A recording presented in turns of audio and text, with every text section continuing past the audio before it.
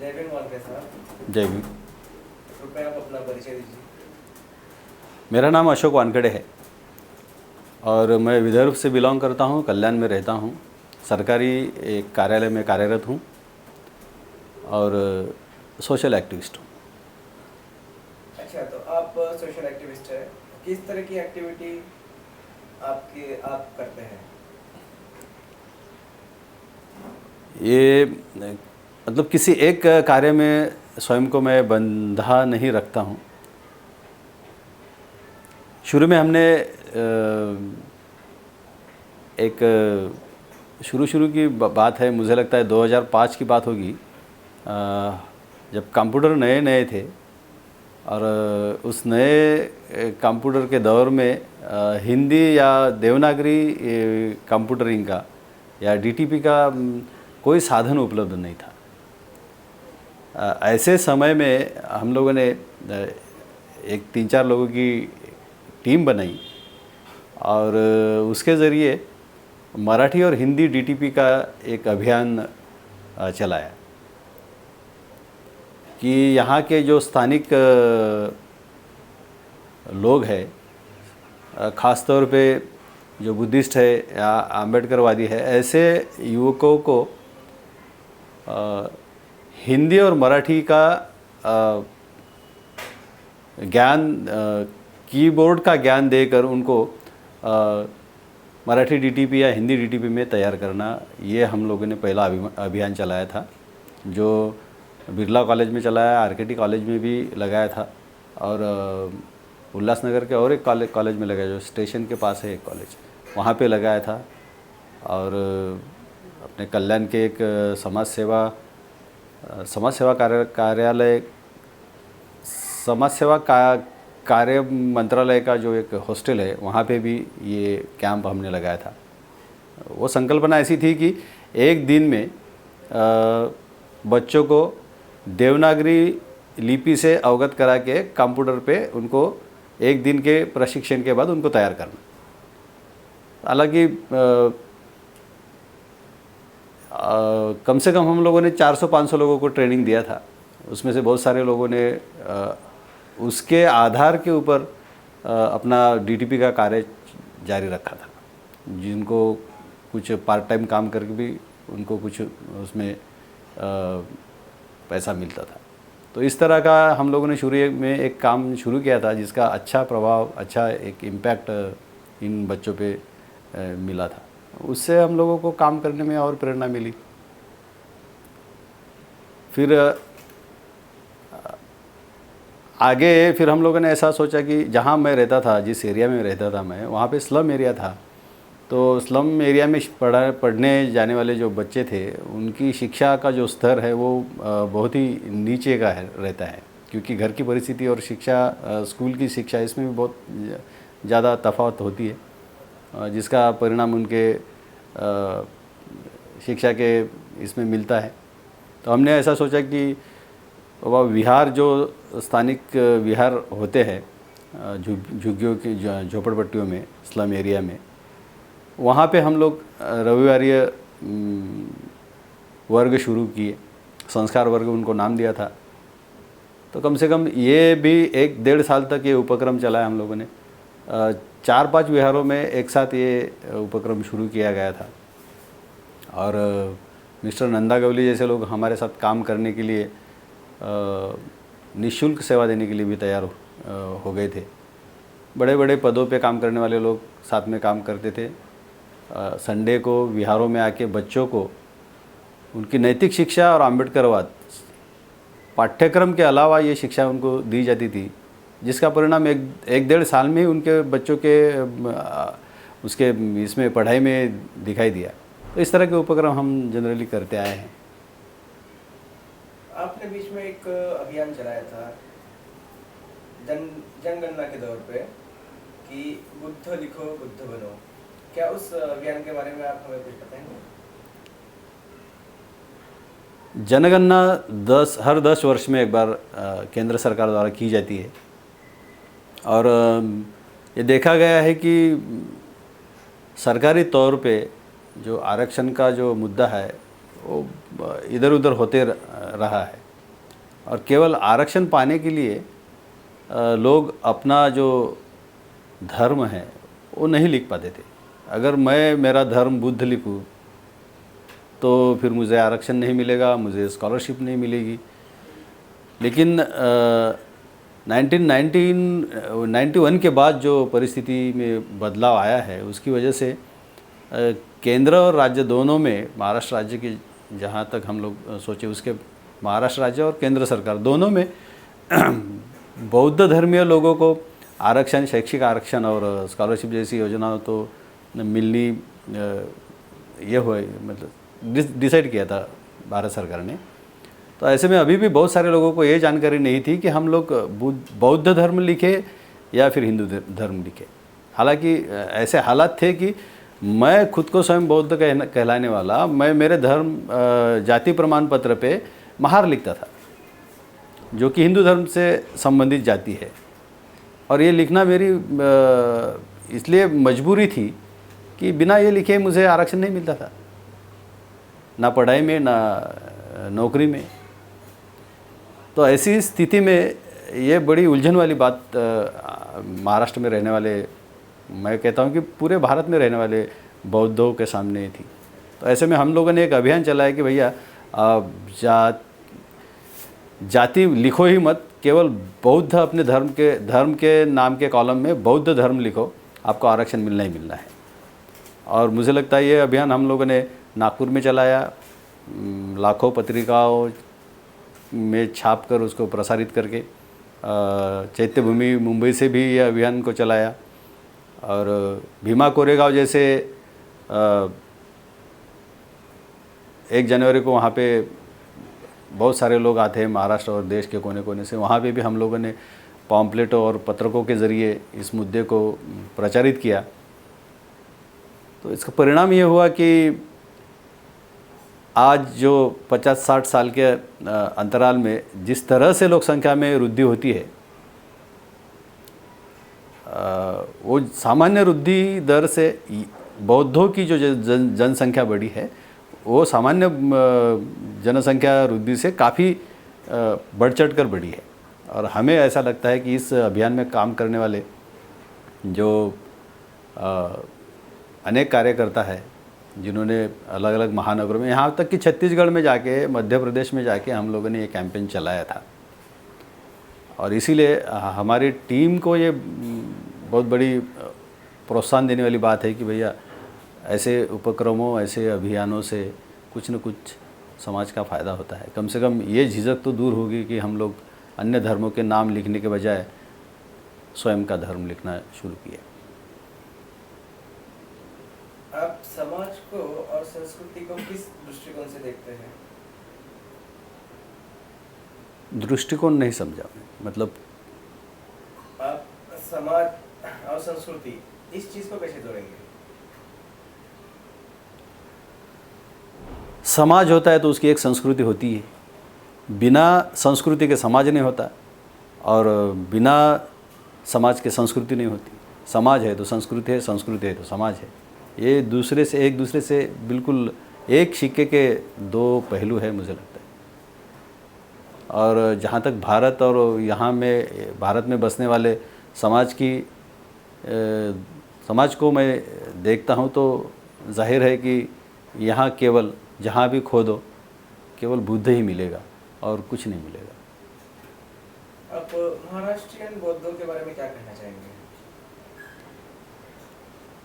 अन्य राज्यों की तुलना में महाराष्ट्र में रहने वाले बौद्धों ने मुझे मतलब स्वाभिमान होता है कि महाराष्ट्र में रहने वाले बौद्धों ने अपनी प्रगति की जो ये है गति है वो बनाए रखी है। अब मैं जब तुलना करता हूँ अन्य राज्यों की, जैसे बिहार है या उत्तर प्रदेश भी है, बड़े बड़े राज्यों में उस तरह की चेतना या उस तरह का माहौल नहीं मिलता जो महाराष्ट्र के युवकों या यहाँ बसने वाले लोगों में देखा जाता है। एक छोटे से उदाहरण से मैं ये समझाने की कोशिश करता हूँ कि महाराष्ट्र में शिक्षा का जो स्तर है वो बहुत अधिक है।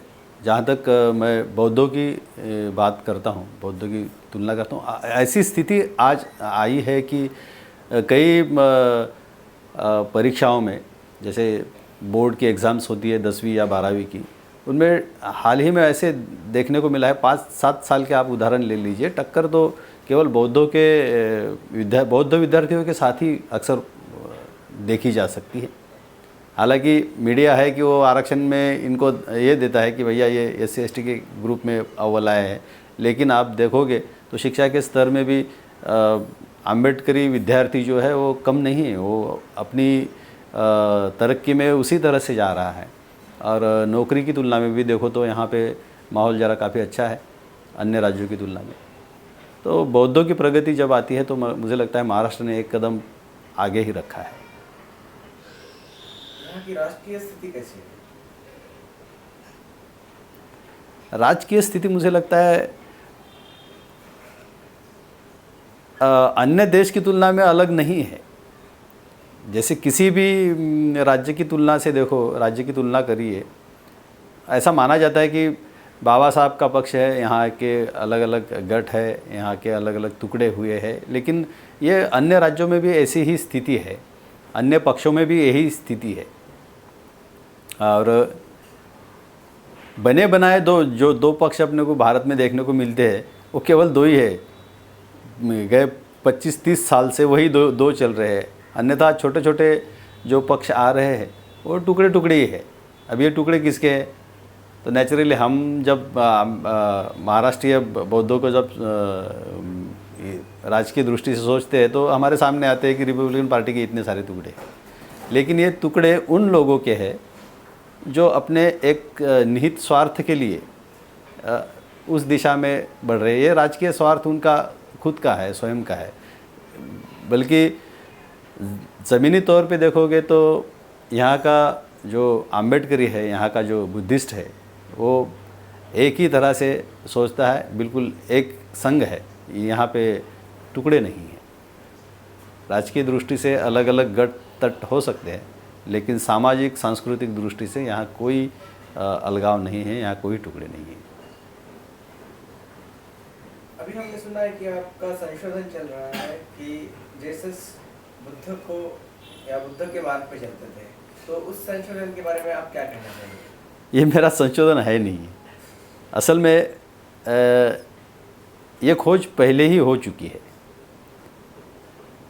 BBC ने इसके ऊपर एक अच्छी डॉक्यूमेंट्री बनाई है, और भारत सरकार ने भी एक अच्छी डॉक्यूमेंट्री बनाई है इसके ऊपर। जीसस इंडिया में आए थे, कश्मीर में रहे थे, कश्मीर में ही उनकी कब्र है। ऐसी सारी चीज़ों को इन दो डॉक्यूमेंट्रियों ने जाहिर कर दिया है। लेकिन आश्चर्य की बात है कि इन डॉक्यूमेंट्री की चर्चा जितनी होनी चाहिए राष्ट्रीय अंतर्राष्ट्रीय स्तर पर या फिर स्थानिक स्तर पर भी, उतनी चर्चा नहीं होती। और ये बड़े सौभाग्य की बात है कि जीसस जैसा एक महान व्यक्ति हमारे भारत में आए, यहाँ रहे। मैं धर्म की दृष्टि से ये वक्तव्य नहीं कह रहा हूँ, लेकिन आप फिलोसॉफिकली देखिए या फिर मानवतावाद की दृष्टि से ही देखिए, बहुत मिलते जुलते धर्म हैं हमारे। मैं तो ये कहता हूँ कि बुद्ध ही पहला व्यक्ति था जिन्होंने मानवतावाद को यहाँ पे बीज बोए, उसको अंकुरित किया। उसके बाद में जीसस आए, मोहम्मद पैगंबर आए, और ये एक लिंक मिल जाती है कि बुद्ध के समय में ना सही, लेकिन जो बुद्ध का प्रभाव इस दुनिया पे पड़ा है, उसका प्रभाव नैसर्गिक रूप से यीशु मसीह पर जाता ही है। और इसके कई सारे सबूत कितने सारे लोगों ने खोज निकाले हैं, लेकिन दुनिया है कि मानने को तैयार नहीं है। और मैं इसे अभी मराठी में लिखना शुरू कर दिया है मैंने कि ये इशू एक बहुत ही संवेदनशील इशू है और उतना ही महत्वपूर्ण भी है। इसीलिए क्यों ना इसके ऊपर और ज़्यादा लिखा जाए। लिखने वाले लोग हैं दुनिया में, लेकिन बहुत कम है। और जिस दृष्टि से मैं इस मुद्दे को देख रहा हूँ, मुझे लगता है लिखने के लिए ये इशू बहुत बड़ा है। इसलिए मैंने सोच लिया है कि इसके ऊपर एक बार मैं लिख दूँ और कम से कम मराठी में महाराष्ट्र के लोगों को, महाराष्ट्र के लोग ज़्यादा संवेदनशील है, इसके लिए बात उन तक पहुँचने में ज़्यादा देर नहीं लगती। तो एक बार यहाँ प्रचारित हो जाए तो भारत में प्रचारित होने के लिए ज़्यादा समय नहीं लगेगा। इस दृष्टि से मैं एक किताब लिखना सोच रहा हूँ। वैसे आरंभ किया है मैंने, लेकिन अभी देखते हैं कि क्या होता है आगे। तो आप बता सकते हैं कि आपकी नई बुक कब तक लोगों के हाथ में आएगी?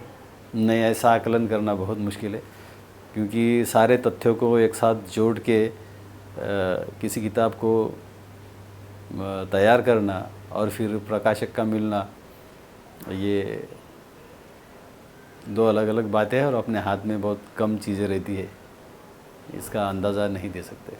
लेकिन कोशिश करते हैं कि बहुत जल्दी ये आ जाए शायद। फिलहाल हाल ही में एक घटना हुई थी महाराष्ट्र में, दाभोलकर की हत्या।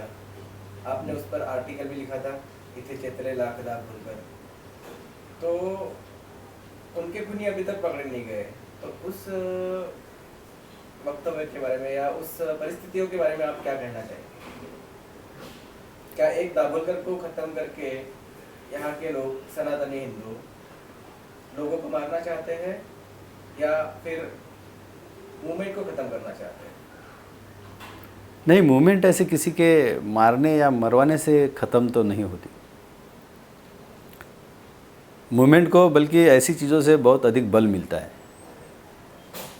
और जहाँ तक खूनी ना मिलने का प्रश्न है, मुझे लगता है ये आपराधिक दृष्टिकोण से कम और राजनीतिक दृष्टिकोण से ज़्यादा प्रभावित हो गया है। इसीलिए खूनी न मिलने की जो बात चलती आ रही है वो शायद राजनीतिक ज़्यादा लगती है। क्योंकि एक सामान्य व्यक्ति को यदि पूछा जाए कि भैया ऐसा ऐसा हुआ है तो उसका क्या हो सकता है, तो एक अंदाज़न वो बता सकता है कि भैया ऐसा हुआ तो इसने किया होगा। इसमें ज़्यादा तर्क कुतर्क करने की ज़रूरत नहीं होती है। लेकिन इतने बड़े व्यक्ति को, एक समाज सेवी को इस तरह से सरेआम मार देना और जिसके गुनहगार का ये भी पता भी न लग पाना, ये महाराष्ट्र जैसे पुरोगामी अपने आप को कहने वाले राज्य को शोभा नहीं देता। ये बिल्कुल अशोभनीय ऐसी बात है। आप हर साल चैत्य भूमि और दीक्षा भूमि को विजिट करते हैं? विजिट तो सारी दुनिया करती है। दुनिया के कोने कोने से, देश के कोने कोने से बहुत सारे लोग चैत्य भूमि में आते हैं, शौर्य भूमि में आते हैं, दीक्षा भूमि में आते हैं। लेकिन वहाँ जो एक मकसद लेके आते हैं, जो भी कोई आता है एक मकसद लेके आता है। यहाँ कोई दर्शन के लिए नहीं आता है, ये कोई मंदिर की कतार नहीं है। यहाँ जो भी आता है ये खुद को प्रेरित करने आता है, प्रेरणा लेने आता है, अभिवादन करने आता है। क्योंकि हम विचार पूजक है, व्यक्ति पूजक तो है ही नहीं। और पत्थरों को मानने वाले भी हम नहीं हैं। वहाँ कोई बाबा साहब नहीं है, लेकिन बाबा साहब की अस्थियाँ है वहाँ पे, और उनके विचार वहीं से लेके आदमी प्रेरित होता है। जब दो या दो से ज़्यादा लोग मिलते हैं तो नैसर्गिक रूप से वहाँ पे एक चेतना निर्माण होती है। और जब इतने सारे लोग एक ही विचारों के, एक ही समूह के लोग अगर मिल जाए तो बहुत बड़ा चेतना का समूह या आंदोलन जिसे कहते हैं, या आंदोलन करने की प्रेरणा हर साल वहाँ से मिलती है। इसीलिए तो हज़ारों लोग यहाँ आया करते हैं। मैं भी एक कतरे की जैसे वहाँ जाता हूँ। तो किस तरह से आप बाबा साहब को ट्रिब्यूट पे करते हैं? और चैत्य भूमि और दीक्षा भूमि के बारे में क्या कहना चाहेंगे? नहीं, मैं नहीं समझा। जैसे वहाँ पर लोग आते हैं, काफ़ी देश के कोने कोने से लोग वहाँ पर बाबा साहब को श्रद्धांजलि अर्पण करने आते हैं। तो ये जो भीड़ है या फिर ये जो लोग हैं, इन लोगों को आप किस दृष्टिकोण से देखते हैं, या फिर आपको क्या लगता है कि और क्या होना चाहिए? ये लोग असल में लोग नहीं है, ये विचारों के कतरे हैं। हर एक व्यक्ति एक विचारों से प्रेरित होकर वहाँ पे आता है और एक बहुत बड़ा विचार लेके वहाँ से जाता है। वहाँ क्या होना चाहिए ये किसी एक के बताने से होना असंभव है। वहाँ जो होना है वो सामूहिक रूप से होता है और मुझे लगता है वहीं से पूरे देश को दिशा मिलती है और उसका दिग्दर्शन भी वहीं से होता है। और इसीलिए तो राजनेता भीख मांगते रहते हैं मुझे लगता है, क्योंकि यही वो जमघट है, यही वो समूह है जिसको सरकारें डरती है। यहीं से आंदोलनें पैदा होती है और यहीं से सारी जो मानवतावादी चीज़ें हैं यहीं से संप्रेरित होती है।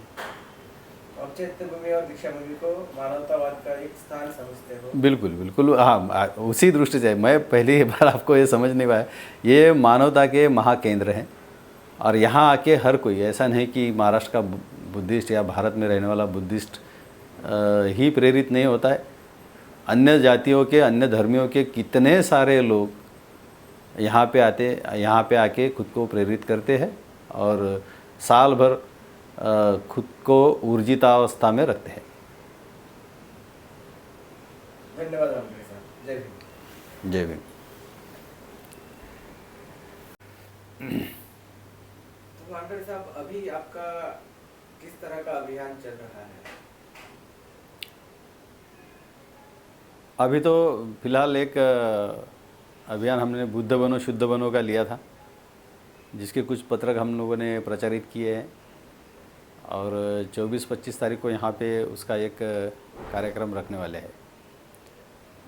गंडे, धागे, दोरे, काळे मणी सगळे जाळून टाकायचे आणि त्याचं प्रेत काढून त्याला जाळायचं। मनुस्मृति दहन, जिस तरह बाबा साहब ने मनुस्मृति का दहन किया, आज उसी तरह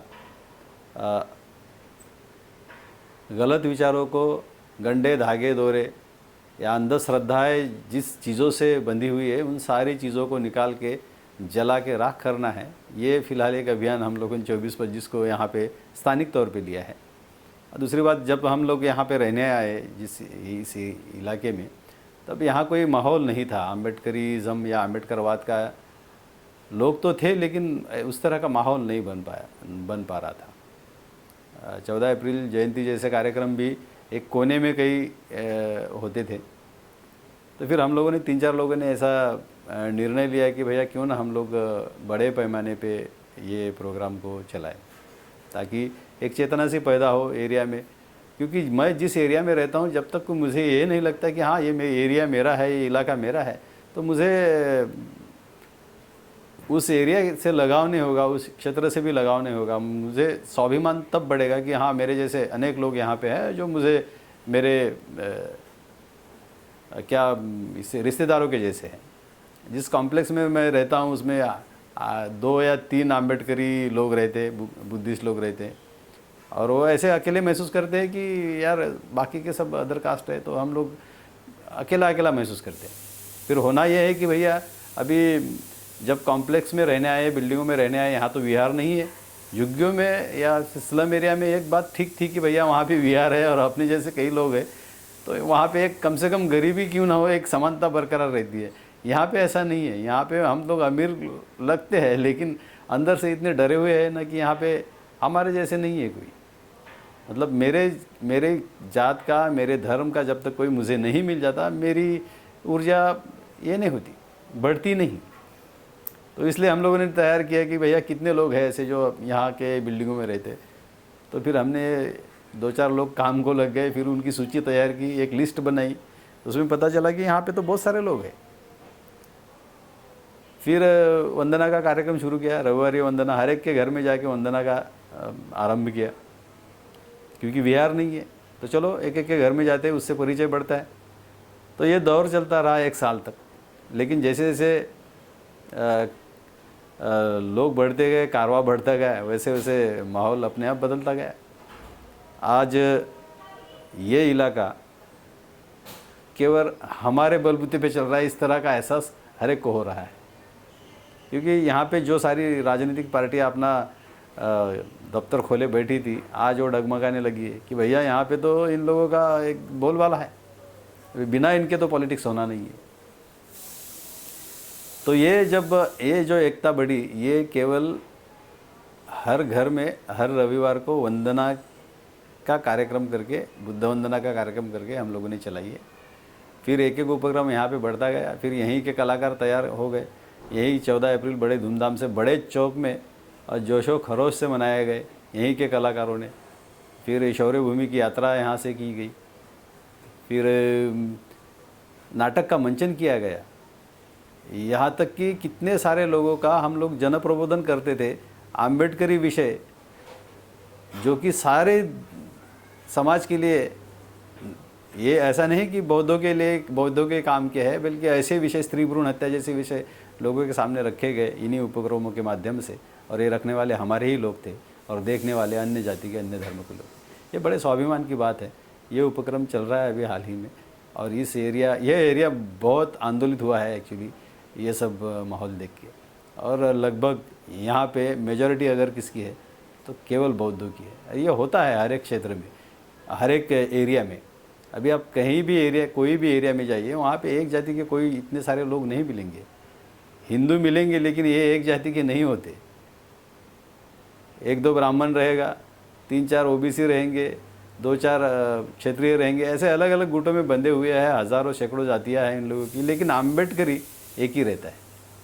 इसके लिए कोई भी एरिया में जाइए, अगर आम्बेडकरी लोगों की गिनती होती है तो उनकी मेजॉरिटी होना लाजमी है।